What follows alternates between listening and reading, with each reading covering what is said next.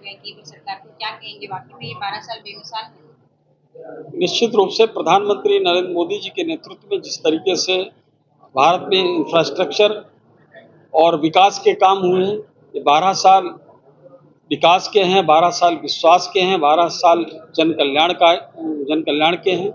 और माननीय प्रधानमंत्री जी ने जिस तरीके से देश का इंफ्रास्ट्रक्चर बनाया और बढ़ाया है और जिस तरीके से विकास के कीर्तिमान प्रतिमान स्थापित किए हैं, जिस तरह से देश में आतंकवाद को हमने खत्म किया है, नक्सलवाद को हमने खत्म किया है, हमने सीमाओं को सुरक्षित करने का काम किया है, हमने देश को एक आर्थिक महाशक्ति बनाने का काम किया है, देश को एक सामरिक महाशक्ति बनाने का काम किया है।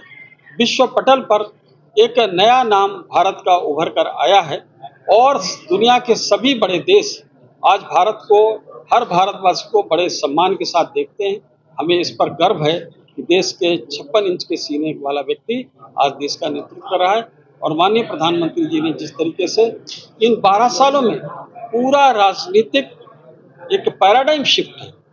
पहले नकारात्मक राजनीति के कारण लोग सत्ता में आते थे, हम परफॉर्मेंस की पॉलिटिक्स कर कर सत्ता में पुनर्वापसी करते हैं और उसके साथ साथ पॉजिटिव मैंडेट ले रहे हैं। बार बार हमारी सरकार केंद्र में बन रही है, प्रदेशों में बन रही है, जनता का आशीर्वाद मिल रहा है और इसके कारण विकास के कार्य भी तेजी के साथ हो रहे हैं। मैं इस समय अपने पूरे देशवासियों को भी बहुत आभार व्यक्त करना चाहता है कि माननीय प्रधानमंत्री नरेंद्र मोदी जी को और भारतीय जनता पार्टी को लगातार उनका आशीर्वाद मिल रहा है। दिल्ली में जो अग्निकांड हुआ है जिस तरह से, उसके बाद उत्तर प्रदेश में किस तरह के जो है वो प्रिकॉशंस लिए जा रहे हैं, किस तरह से जांच की जा रही है?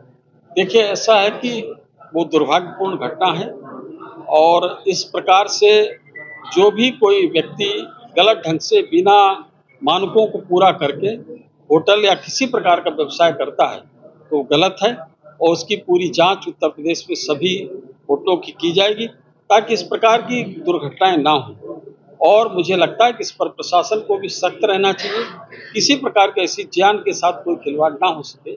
और उन सभी जिन्होंने अपने परिवार के लोगों को खोया है, उन परिवार के लोगों के साथ मेरी संवेदनाएं हैं और मैं समझता हूं कि सभी जो प्रशासन के जिम्मेदार लोग हैं उनको इस बात का ध्यान रखें कि इस प्रकार की घटनाओं की पुनरावृत्ति यहाँ पर नहीं होनी चाहिए। लॉ एंड ऑर्डर को लेकर विपक्ष लगातार सवाल पूछ रहा है। गाजियाबाद में जो हत्याकांड हुआ उसके बाद कई सारी इस तरह की घटनाएं सामने आई हैं। यूपी में लॉ एंड ऑर्डर को लेकर कई सवाल। देखिए, ऐसा है कि लॉ एंड ऑर्डर एक प्रश्न ऐसा है कि उसका समाधान किस प्रकार से हो रहा है। एक कहावत है, ओल्ड हैबिट्स डाई हार्ड। तो पुरानी जो आदतें हैं तमाम अपराधी माफियाओं की डाल के पुरानी सरकारों में चले गए, धीरे धीरे करते करते उनको हम हर तरीके से उनको उनके मानसिक रूप से भी तोड़ रहे हैं और शारीरिक रूप से भी तोड़ रहे हैं, उनके हर एक्टिविटी को बाधित करने का काम कर रहे हैं। लेकिन इसके बावजूद भी कहीं न कहीं कोई न कोई व्यक्ति इस प्रकार का निकल जाता है और इसमें काफ़ी समय लग रहा है। और मुझे लगता है कि जो लोग इस प्रकार की घटनाओं को अंजाम देंगे उनका जहन्नुम का टिकट कटना तय है। उनका केवल एक ही स्थान है कि वो वहाँ पर जाएं, नहीं तो जेल के शिक्षों के पीछे रहें।